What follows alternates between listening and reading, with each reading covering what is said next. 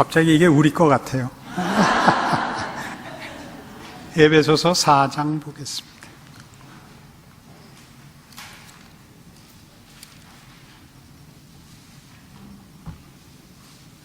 에베소서 4장 1절.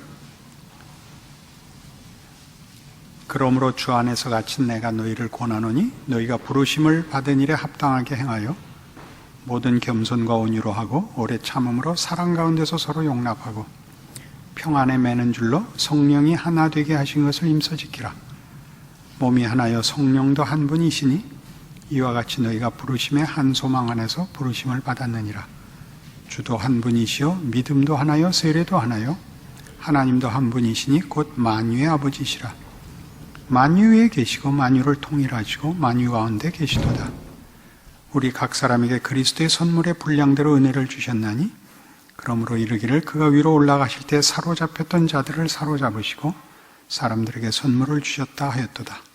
올라가셨다 하였은즉 땅 아래 낮은 것으로 내리셨던 것이 아니면 무엇이냐. 내리셨던 그가 곧 모든 하늘 위에 오르신 자니 이는 만물을 충만하게 하려 하심이라.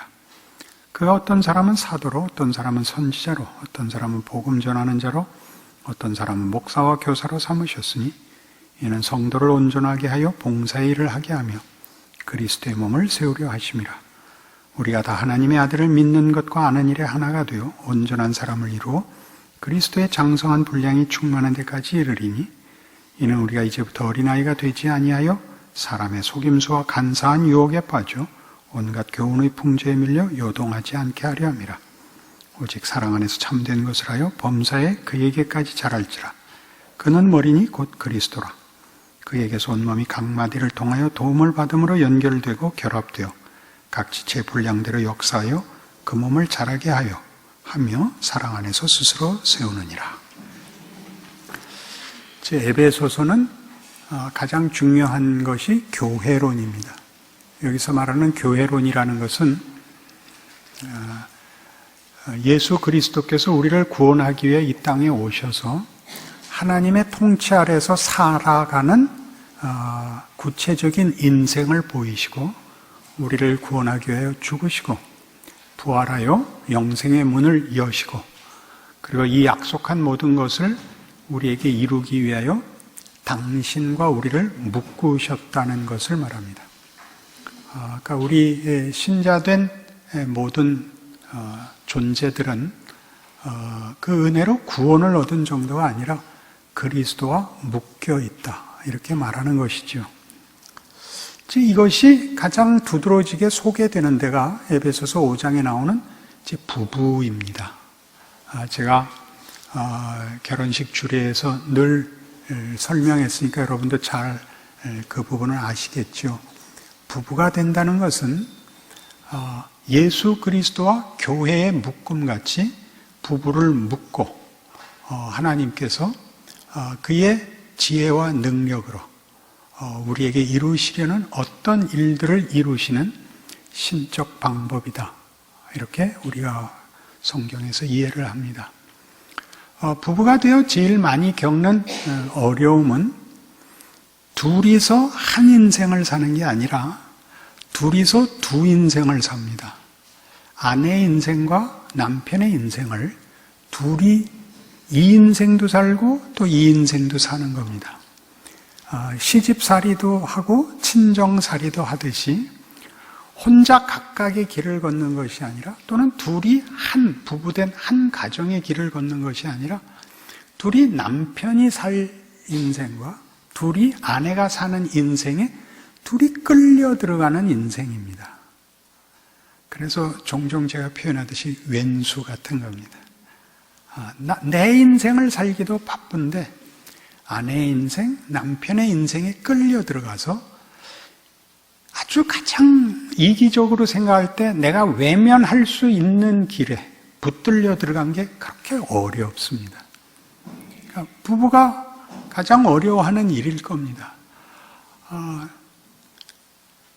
아내가 가는 길을 남편이 외면할 수 없는 것은 그 둘을 묶은 것이 참으로 신비해서 아내가 근심하고 걱정하고 놀래고 분노하는 모든 것을 남편이 외면이 되지 않고 이렇게 같이 감각이 오고, 남편한테 일어나는 일을 아내가 외면할 수 없이 이렇게 같이 전기가 옵니다.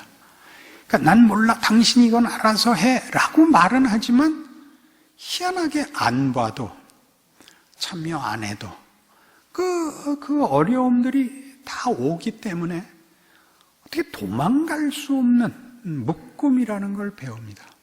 그래서 두 인생을 살게 되죠. 혼자의 인생을 걸었으면 몰랐을 다른 한 인생을 사는데, 그것이 말하자면 그리스도와 우리를 묶으신 하나님의 신비 중에 하나입니다. 예수 그리스도께서 묶이실 필요 없는 내 인생에 묶이시며, 우리로서는 감히 참여할 수 없는 성삼위 하나님의 연합에 우리가 참여하게 됩니다. 자격이 있느냐, 책임을 다하느냐와 상관없이, 그런 것이 조건이 아니고 하나님의 신비하신 지혜로, 능력으로 묶여 들어가 있습니다. 내가 예수를 외면하고 신앙을 포기하고 방황하고 돌아다니는 때에도 그리스도는 묶여 있고, 집 나간 자식, 아무리 집을 나가도 그 집 자식인 것과 부모의 걱정과, 또 실제로 집 나간 자식이 부모를 잊을 수 없는 것 같이, 기억하는 게 꼭 좋게 기억하는 것이 아닐지라도, 분노하고 억울해하는 것으로 일지라도 그건 어떻게 끊을 수 없이 묶여 있는 법입니다. 그 속에서 우리는 비로소 이기심을 벗어납니다. 이기심을 벗어난다는 건 훌륭해져서가 아니라, 한 인생과 한 인격을 우리가 다 이해할 수 없다는 것을 배웁니다. 굉장히 중요하죠.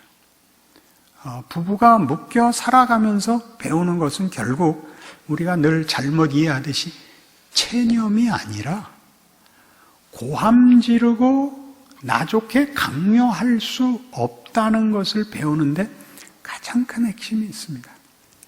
평생 어떻게 할 수 없는 아내, 남편입니다. 나중엔 서로 좋게 생각하는 수밖에 방법이 없습니다. 그래도 이만큼 살았으면 잘 산 거지 이렇게 안 오면 그럼 억울해서 다시 18로 돌아갈 수도 없는 것이고, 이제 와서 새 시집을 갈 수도 없는 것이고, 그러니까 체념해서라도 받아들일 수밖에 없게 그 자리에 간다니까요. 도리가 없어서. 그리고 우리가 자원하고 이해하고 기특해서 이 결론엔 못 올 자리입니다, 이것이. 나이를 먹는다는 건 무시무시한 겁니다. 체면도, 분노도, 부정도, 어떤 것으로도 그것을 영향을 줄 수가 없습니다. 현실이니까. 이 무시무시한 부부됨입니다. 그 에베소서 5장 보시면, 제가 주례할 때는 자세히 설명 안 한 부분이지만 이렇게 되어 있습니다. 25절, 5장 25절, 남편들아 아내 사랑하기를 그리스도께서 교회를 사랑하시고 그 교회를 위하여 자신을 주신 같이 하라. 이는 곧 물로 씻어 말씀으로 깨끗하게 하사 거룩하게 하시고 자기 앞에 영광스러운 교회로 세우사 티나 주름 잡힌 것이나 이런 것들이 없이 거룩하고 흠이 없게 하려 하심이라. 이와 같이 남편들도 자기 아내 사랑하기를 자기 자신과 같이 할지니 자기 아내를 사랑하는 자는 자기를 사랑하는 것이라. 누구든지 언제나 자기 육체를 미워하지 않고 오직 양육하여 보호하기를 그리스도께서 교회에게 함과 같이 하나니 우리는 그 몸의 지체임이니라. 그러므로 사람이 부모를 떠나 그의 아내와 합하여 그 둘이 한 육체가 될지니 이 비밀이 크도다. 나는 그리스도와 교회에 대하여 말하노라. 여기서 말하는 비밀은 신비라는 뜻입니다. 그리스도와 교회의 연합의 신비같이 하나님이 부부를 그렇게 묶으신다. 그렇게 얘기합니다.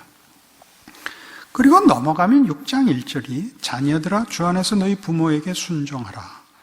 또 4절에 또 아비들아 너희 자녀를 노엽게 하지 말고 오직 주의 교훈과 훈계로 양육하라가 나옵니다. 부모와 자식도 그렇습니다. 부부는 좋아서 선택해서 할 수 있지만 부모와 자식은 좋아하거나 선택하는 조건 없이 묶입니다. 어떤 부모를 만나느냐, 어떤 자식을 갖게 되느냐 하는 것은 전혀 하나님의 주관입니다. 그리고 제 경험에 의하면 이 여자를 고치는 건 아들밖에 없습니다. 부부 사이에서 아내를 이기는 남편은 없습니다. 그 어머니를, 아내를 고치는 건 자식입니다. 아버지들은 자식하고 약간 어머니가 가지는 관계보다는 한 발 뒤에 있습니다. 모든 남자들은 아내한테 꼼짝 못합니다. 그거 여러분 꼭 아셔야 됩니다. 아직도 모르고 계시는 분들이 가끔 있는데, 남자들은 아내한테는 120% 집니다. 다른 사람에게 줄 게 없습니다. 네, 이 엄마들은 자식한테 200% 집니다. 그래서 훌륭해지죠. 자식을 길러 보면 자식은 영원한 왼수입니다. 영원한 짐이고 영원히 불안하고 영원히 대책이 없습니다. 여러분 살아보셔서 알죠. 그래서 남한테 얘기할 때 기특한 얘기를 하는 거죠. 어떻게 다 하겠어요? 자식이 괜찮은 자식이 있는 집은 아마 아직 남아있을 거예요. 그럴 리가 없어요. 자식은 부모의 피와 살과 뼈와 영혼까지 다 동원해서 키워도 다 키울 수 없는 것이 자식입니다. 그 중간중간 기특했던 때가 있죠. 어머니 날 카네이션 하나 갖고 온 거, 어느 날 생신을 축하한다고 갖고 온 케이크 하나, 그리고 한 100배쯤 케이크 하나 가져오면 자동차 하나 가져가고, 이게 도대체 이 공정거래가 일어나지 않는데, 부모라는 것은 희한하게도 이 거래가 공정한가, 이 관계가 정상적인가를 묻지 않게 됩니다. 뺏겨도 또 부닥치면 또 뺏길 수밖에 없습니다. 늘 좋은 마음으로 넉넉해서 하는 게 아니라 그것은 마치 물이 아래로 흐르듯이 너무나 당연한 것입니다. 이렇게 옛날 그 흡혈귀 나오는 영화 보시면 이렇게 악수하면 피가 그냥 흡혈귀한테 쭈르륵 빨려 들어가고 이렇게 싹 말라 죽듯이 자식을 만나면 보는 순간 쭉 이렇게 모든 에너지와 생기가 빨려 들어가고 남는 게 없는데 벌써 미라가 돼도 수백 번 됐을 텐데 아직 살아서 움직이는 거 보면 부활의 생명을 갖고 있기는 끊임없이 뺏깁니다. 끊임없이. 그러면서 배웁니다. 인간이란 의욕과 꿈과 다른 무슨 큰 업적으로 훌륭한 것이 아니라 이 끊임없이 뺏길 수 있는, 그리고 그것을 포기하지도 않고 그것이 바닥나지 않는 이 자리와 이 위치가 가장 위대한 것입니다. 만날 때마다 수혈을 해주고 만날 때마다 집을 다 줘도 만나면 또 주고 또 주고 또 주고 또 줄 수 있습니다. 저는 이제 허리가 워낙 아팠고 요즘 목 아프던 게 좀 중증이 돼서 이제 가슴까지 내려왔으니까 제일 지금 불편한 게 뭐냐면 누가 옆에서 부르는 겁니다. 돌아보는, 이렇게 가는 게 쉽지 이건 어렵습니다. 그리고 인사하는 게 어렵습니다. 우리 외손녀가 아버지 안어 그러면 모가지가 부러져도 앉죠. 손녀가 안으려는데 목이 아프다, 허리가 아프다라는 거는 변명도 되지 않고 설명도 되지 않고 그건 앉다가 부러져 죽는 한이 있어도 앉는 수밖에 없습니다. 제가 훌륭한 사람이라는 걸 요새 확인하는 거예요. 하부지 않어. 그러면 않지요. 목과 견갑골과 요통이 정말 비명을 지릅니다. 못 내려놓게 합니다. 그러나 아니야. 세상에 이것보다 더 무서운 말이 있을까요? 고통도, 변명도, 도망갈 수도 없는 자리를 지키는 데까지 온 것을 발견합니다. 예전엔 많이 설명해서 짐을 떠넘겼습니다. 내가 더 이상 짐을 질 수 없노라. 이 짐은 내 짐이 아니라 이 짐은 나한테 억울하다. 이게 우리 대부분의 생애 속에서 일어났던 일들이죠. 이제쯤 되어서 이걸 합니다. 왜 해야 되는가? 자식이기 때문에? 이런 문제가 아닙니다. 이제 중요한 비밀이 나오죠. 하나님께서 그리스도와 우리를 묶으신 것 같이 우리의 생애 속에 부부를, 자식과 부모를 묶으심으로 하나님이 아까 우리 에베소서 4장에서 본 바와 같이 다시 돌아가 볼까요?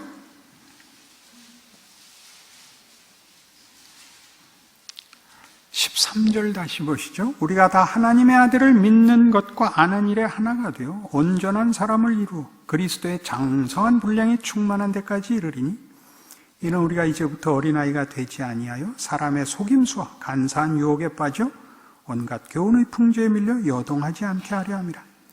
오직 사랑 안에서 참된 것을 하여 범사에 그에게까지 자랄지라. 그는 머리니 곧 그리스도라.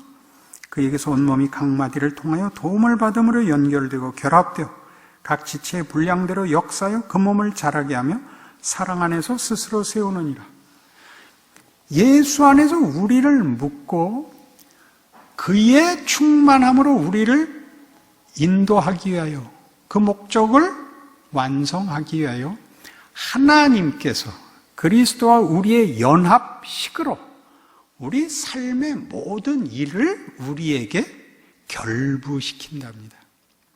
어떤 남편을 만나느냐, 어떤 아내를 만나느냐, 내가 선택하고 사랑한 상대방 이전에 하나님이 짝지어 주신 자, 어떤 부모와 어떤 자식을 만났느냐, 하나님이 그 아들을 주신 사랑과 능력과 약속으로 준 부모, 자식이라는 믿음이 모든 일에 전제되어 있더라는 사실입니다.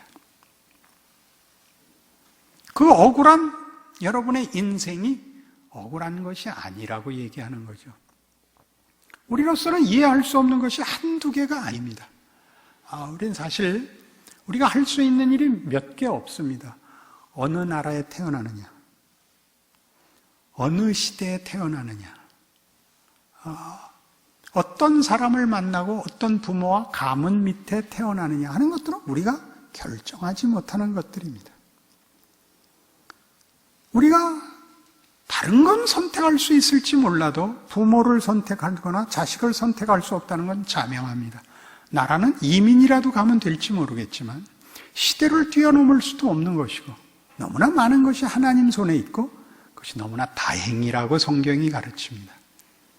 우리는 그 속에서 뭘 만들고 싶어 할까요?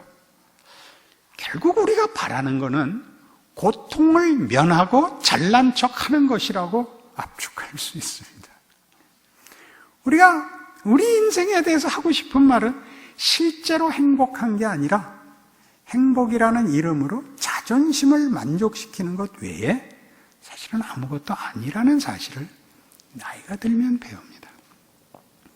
우리 자식, 내 인생, 내 나라, 모든 것을 어떤 상대방 앞에서 우월감으로 설명하고 싶은 것 외에 아무것도 우리의 행복이라는 말 속에는 내용이 없더라고요. 하나님이 인도하신 이 인도하심 속에서 그리스도를 주신 것 같이 그와 우리를 묶으신 것 같이 하나님이 우리 안에서 이루시고야 말겠다는 하나님의 약속과 그 약속이 얼마나 대단한 것이냐를 성육신과 십자가와 부활로 보여주신 것 같이 우리 생애가 우리에게 묶이고 연결되고 관계되고 조건이 되고 환경이 되는 어느 것도 그 아들을 주신 그 사랑과 능력 외의 영역일 수 없다. 성경이 하는 얘기죠. 이렇게 고통스러운데요. 이제 우리가 이 나이가 돼서 확인하는 겁니다. 뭘 만드셨나 보라 말이죠. 예수 그리스도께서 우리 죄를 대신하여 십자가를 죽으시는 그 죽음 속에 나타난 하나님의 온유하심, 낮추심을 보십시오. 하나님이 우리를 사랑하시기 때문에 당신을 낮춰 허리를 굽혀 우리 비천한 집안의 문을 열고 들어오셨다는 것을 잊지 마십시오. 그리고 나를 구원하기 위하여 대신 모든 죄를 뒤집어 쓰고 실제로 살아보니까 예수님이 받으신 경멸과 수치와 고통이라는 건 참으로 무시무시한 것입니다. 당신이 지은 그리고 사랑한 영혼들이 당신을 죽이는 것입니다. 당신을 능멸하는 것입니다. 네가 하나님의 하나님의 아들이거든 내려와 보라입니다. 우리 살면서 늘 겪는 문제죠. 얘가 정말 엄마가 얼마나 많이 해줬는데 아직도 억울하다 그래. 너를 위해서 내가 잠을 안 자고 기도하고 집을 팔아 학교를 보내줬는데 이제 와서 뭘 어떻게 하자 그래. 우리가 이 시점쯤 와야 하나님이 우리를 사랑하시는 사랑이 기본 조건이 무엇인가에 대하여 눈이 번쩍 뜨이는 겁니다. 그래서 나를 위하여 함께 망하셔도 좋다고 들어오시는 찾아오심입니다. 그 자리에 가지 않으면 우리는 사실 우리의 기독교 신앙이 힘을 낼 수가 없습니다. 우리의 세상이 요구하는 기준, 이 자랑, 이 우월감, 형통함이라는 것이 얼마나 무시무시한 시험인지 모릅니다. 이걸 넘어갈 다른 방법이 없습니다. 예수를 믿는 자는 당연히 넘어가야 되는 것이기도 합니다. 어떻게 넘어가냐고요? 우리가 우리 인생을 살고 우리 자식 기르고 그래서 모든 것을 잃고 모든 수고와 고통을 지나 드디어 체념의 경지에 오자 이제 보이기 시작하는 겁니다. 이렇게 사느니 죽는 게 훨씬 편합니다. 너무 억울해서 죽을 수 없지만 더 살아봤자 보상을 받거나 낙이 있으리라고는 우리 다 꿈도 안 꿉니다. 우리가 지금 몇 살인데 그런 꿈을 꾸겠습니까? 그러나 내가 살아서 이 고통을 감수하여 내 짐을 덜어주고 너를 위하여 기도하마. 이게 우리를 살려놓는 것이죠. 그게 없다면 살 수가 없습니다. 이렇게 말하는 거 아닙니다. 그럴듯한 표정을 짓고 모든 것을 안다는 듯이 말하는 거 아닙니다. 하루를 더 사는 게 그게 벌이지만 내 그 벌을 기꺼이 지마.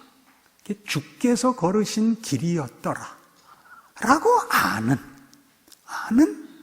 그런 인내요, 그런 감수인 것입니다. 내가 희생하고 내가 감수함으로써 나는 전혀 내 자식과 내 부모와 내 남편과 내 아내를 위하여 나는 희생하는 것이다가 아니라 거기 하나님의 사랑에 거기 본질이 진정한 내용이 있는 것을 알게 되는 것이죠. 고통스럽지만 다른 것으로 바꿀 수 없는 참으로 하나님의 백성만이 가지는 신앙의 진수인 것입니다. 인간이 어떻게 그것보다 더 위대해지며 언제 그것보다 더 행복할 수 있겠는가 싶습니다. 이 행복은 물론 고통스럽습니다. 그러나 다른 것으로 얻는 것은 행복이라는 단어를 쓸 수가 없습니다.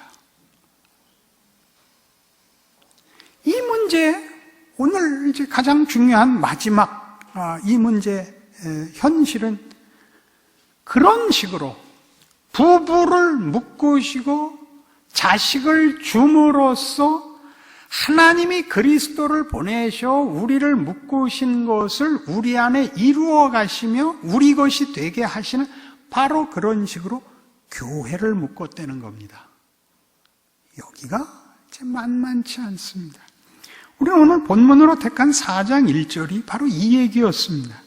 그러므로 주 안에서 갇힌 내가 너희를 권하노니 너희가 부르심을 받은 일에 합당하게 행하여 모든 겸손과 온유로 하고 오래 참음으로 사랑 가운데서 서로 용납하고 평안에 매는 줄로 성령이 하나 되게 하신 것을 힘써 지키라.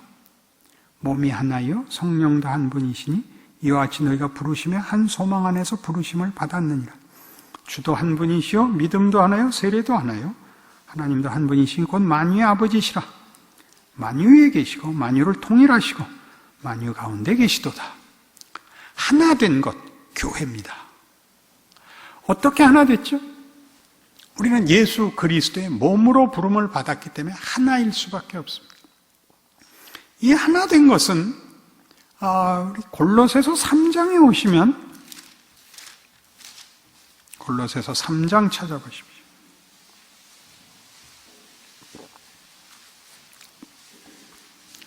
3장 9절 너희가 서로 거짓말을 하지 말라. 옛사람과 그 행위를 벗어버리고 새 사람을 입었으니 이는 자기를 창조하신 이의 형상을 따라 지식에까지 새롭게 하심을 입은 자니라. 거기에는 헬라인이나 유대인이나 할례자나 무할례파나 야만인이나 수구디아인이나 종이나 자유인이 차별이 있을 수 없나니 오직 그리스도는 만유시요 만유 안에 계시니라. 교회는 하나인데 어떻게 하나냐면 각 지체로서 달라 보이지만 그리스도를 머리로 한 머리에 한 몸으로 연합되었다는 것이죠. 교회는 다른 것으로는 하나 될 수 없는 특별한 공동체입니다. 말하자면 사회적인 어떤 차별들, 뭐가 있을까요?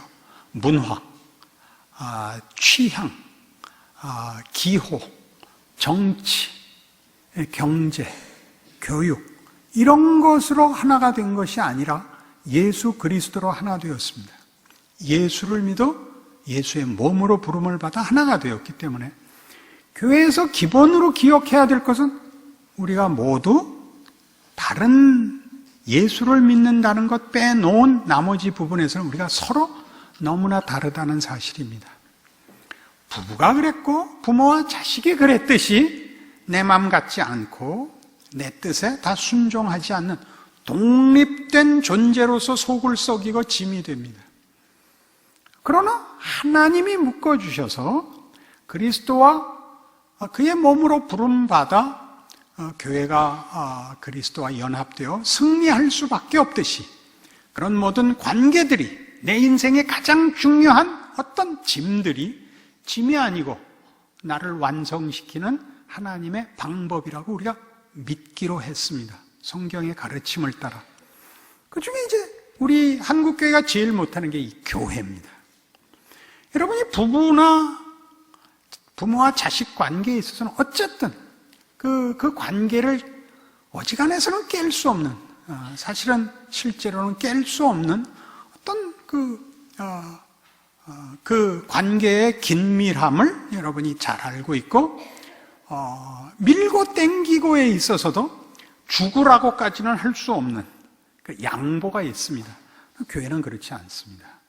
교회는 물론 교회를 옮길 수 있는 문제고, 반대를 해서 분노하고 교회를 나누기도 하고 하는 일들이 현실적으로 일어나지만, 교회는 조금 더 멀게 그 연합의 그 책임, 연합의 긴밀성에 있어서 앞에 얘기한 것보다 조금 쉽게 생각하긴 하곤 합니다. 그러나 교회에서의 연합이라는 개념은 앞에서 얘기한 예수 그리스도와 교회의 연합을 근본으로 하여 그것으로만 그것으로만 부모와 자녀의 관계를 이해한 것과 똑같이 이해해야 된다고 가르칩니다. 우리 지금 골로새서 3장에서 보는 것은 거기는 각양각색의 사람이 오직 예수를 믿어서 하나 되는 곳이라 그럽니다. 각 우리나라 팔도 특성을 표현하는 것 중에 평안도 사람을 맹호출림이라 그럽니다. 숲에서 호랑이가 뛰어나오는 것 같이 급하고 사납다, 그런 뜻이죠. 함경도 사람들을 니전투구라고 합니다. 진흙밭에서 싸우는 개들 같이 되는 거죠. 끈질기고 이길 때까지 놓지 않는. 그래서 이 개가 이 호랑이를 늘 이깁니다. 그거 아시죠? 이 호랑이는 이 끈기에서 개만 못해서. 그래서 이제 평안도 사람들이 함경도 사람들에 대해서 그 열등감을 갖고 있습니다. 유대열 목사가 아들이 둘이 있는데, 큰애는 좀 평안도 기질로 이렇게 왁 하고 뒤가 없는데, 둘째는 외할머니가 함경도 분이래요. 그리고 그쪽 피를 받아서 이게 니전투구예요. 그리고 이제 유대열 목사는 평안도 사람으로서 함경도 사람 기질에 대하여 이게 기가 약간 질려 있으니까 작은 아들을 그때 넌 니전투구야. 그리고 이제 그 뜻도 설명해 줬답니다.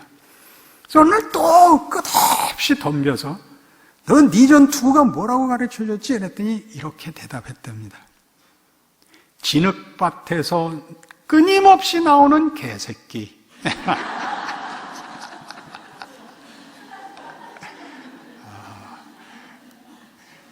아직도 혁명가를 이루고 살고 있습니다. 그렇지만 교회는요, 니전투구 같습니다. 사실 서로 이것이 옳다가 끊임없이 반복되고 곳곳에서 성가대에서 봉사부에서 전도부에서 모든 일에 이게 맞아 저게 맞아가 늘 끊임없이 소모전적으로 일어나고 누군가가 양보하고 싸우다 말고 슬그머니 없어지는 사람도 있고 남아있고 누군 고함질러서 이렇게 덮어버리다가 그분이 이제 봉사부서를 다른 데로 바뀌면 다시 옛날로 돌아가고 하는 일이 교회 안에서 끊임없이 일어납니다.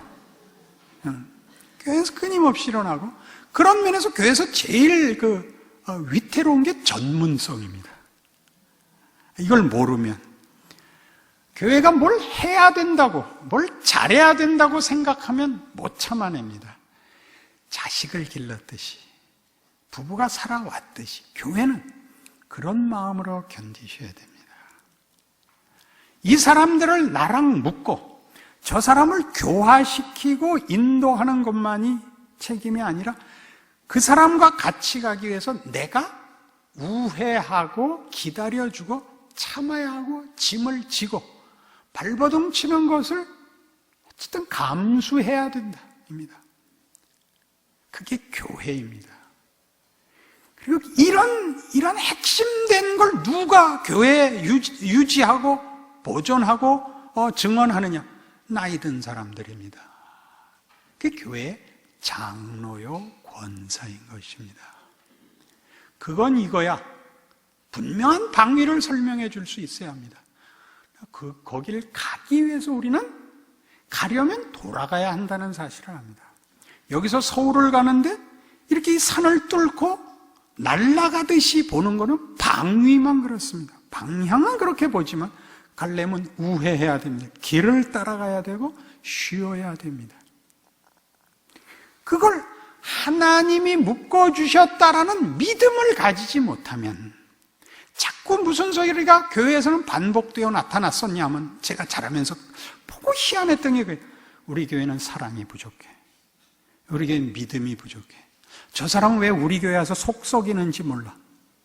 이 문제가 교회는 계속 반복적으로 도처에 늘 일어나는데 저도 생각하기를 젊어서는 교회는 한 믿음을 가졌으니 다 일사불란하게 다 한 뜻 한 마음이고 잘 안 되면 모여서 손 붙잡고 기도하면 해결이 되고 그러는 데인 줄 알았거든요.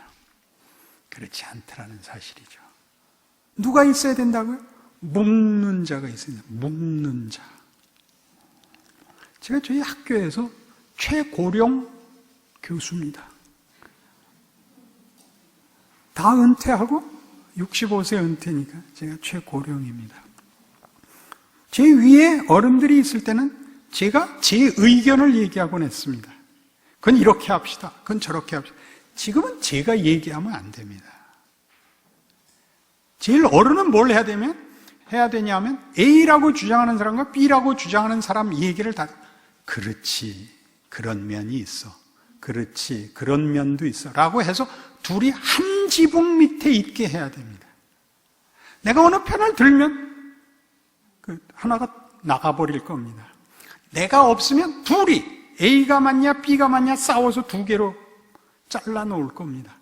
그게 어른이 하는 일인 겁니다.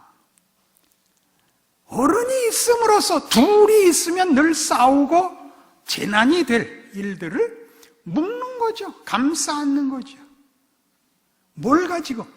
이게 무엇이 결론이고 다시는 싸움이 일어나지 않게 하고 가정의 평화를 이루고가 답이 아니라 하나님이 이 사람을 보내고 저 사람을 보내고 이 문제를 일으키고 저 문제를 일으키는 것은 우리로 하여금 아까 부부에서 본 바와 같이 그리스도의 성육신의 길을 걸으며 십자가를 지는 실력을 만들더라는 사실이죠. 우리는 자기가 원치 않는 짐을 지면 다 십자가라는 거 아니에요. 저게 내 십자가야. 십자가는 자기가 죽는 자리입니다. 내가 죽어서 더 이상 나 편하자고 하지 않는 게 십자가이지 짐을 십자가라 그러지 않습니다. 십자가를 지시려면 짐과 고통을 감수해야지 십자가라는 이름으로 그 짐을 던져버리거나 핑계댈 수 없다는 사실입니다. 이게 교회입니다.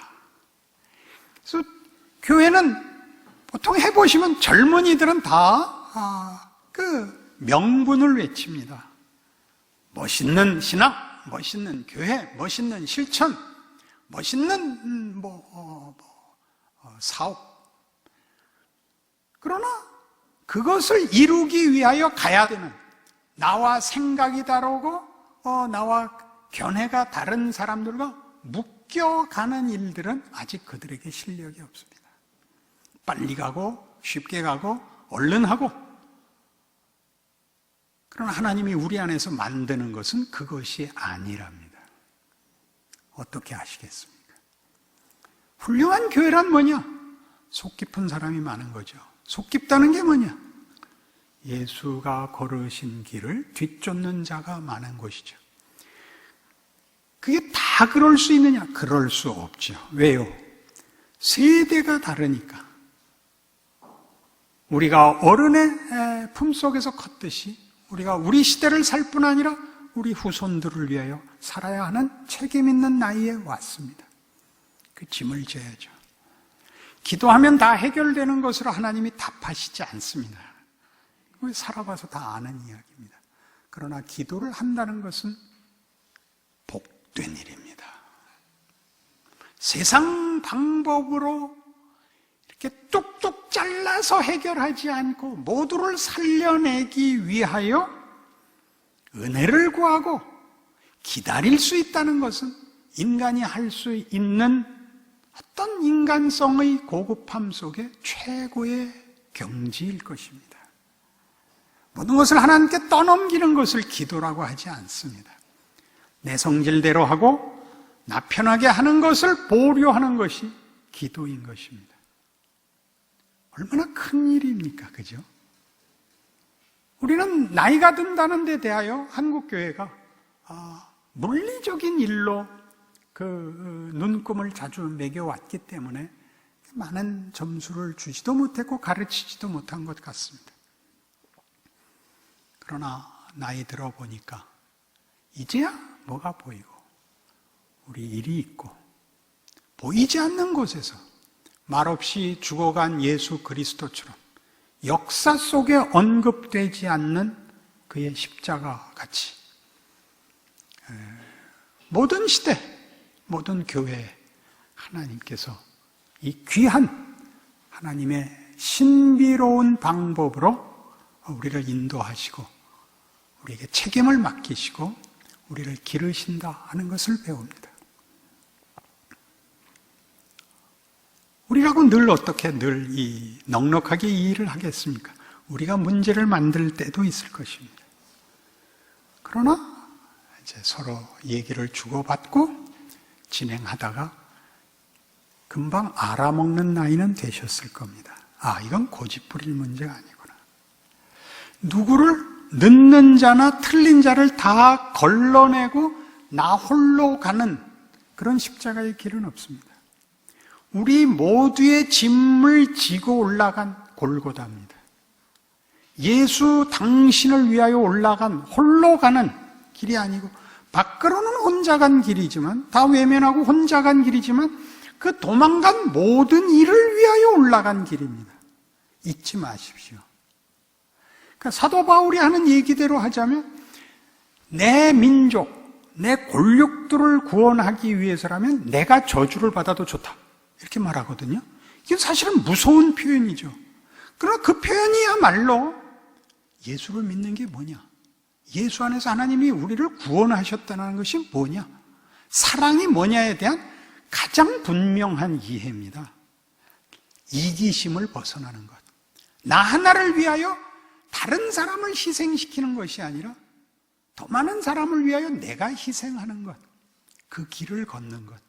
그게 사도 바울이 증언한 예수 그리스도께서 걸으신 십자가입니다. 그렇게 이제 우리 교회가 있습니다. 각 교회마다 자기 교회를 특징 짓는 내용과 또 이해하는 정체성의 부분들이 조금씩 다를 것입니다. 제가 이해하는 남포교회에 대한 이해는 이것입니다. 이것을 이해하자 가장 소중한 것, 억울하지 않게 되었습니다. 고통에 대해서 억울하지 않게 되었습니다. 전능하지 않은 것에 대해서 괜찮아졌습니다. 모든 문제를 해결하고 소원하는 것을 다 이루는 것으로 만들어지는 신앙 인격보다 이것이 비교할 수 없이 크고 유일한 것이라는 걸 배웠습니다. 그리스도의 마음을 갖는 것입니다. 그리스도의 마음을 갖는 건 손잡고 우는 거 아닙니다. 십자가의 길을 털 깎는 자 앞에 잠잠한 양같이 걸어가는 것입니다. 참으로 이 길을 우리가 올 수 있다는 것이 상상이 가지를 않습니다. 예수 믿으십시오. 우리 같이 천국 갑시다. 우리 예수 믿고 훌륭한 사람 되어 하나님께 영광 돌립시다. 이런 것 다 지나. 한 영혼을 위하여 내가 질 수 있고 숨겨질 수 있고 억울할 수 있고 고통을 더 받을 수 있는 것을 감수할 수 있는 자리에 온 겁니다. 그것이 어떤 식으로 우리에게 주어질지 모릅니다. 그러나 이미 우리가 훈련은 넉넉히 받았습니다. 부부로 살면서, 인생을 살면서 나 혼자라면 가지 않았을 길을 살아가 보면서 인간의 약함과 한계와 인생이 가지는 그 기만, 유혹, 그 헛된 거짓들 충분히 보았습니다. 세상이 요구하는 실력, 세상이 요구하는 답들 속에 거기에 쓸만한 것이 없다는 걸 배웁니다.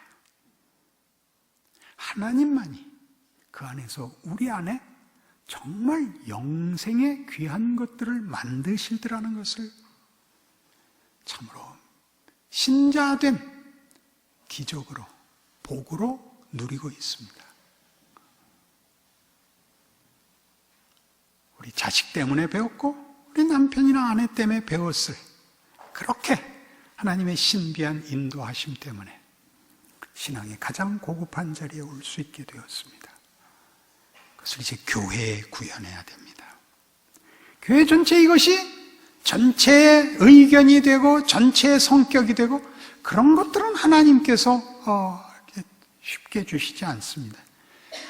모두가 그 마음을 가지고 만들어지는 데까지 가는 시간과 과정을 하나님이 요구하십니다. 우리 인생이 그렇듯이 우리는 그것이 하나의 기도의 응답같이, 성령의 강림같이, 어떤 득도, 깨우침이라고 그렇게 과정과 단계 없이 탁 떨어지는 것일 거라고 생각하곤 합니다. 그렇지 않습니다. 시행착오 속에서, 그리고 깜깜한 방황 속에서, 그 많은 좌절과 절망 속에서, 그 미혹됨과 그 후회 속에서 하나님은 그 싹을 틔우시고 키우사 열매를 맺게 하시더라는 사실을 배워왔습니다.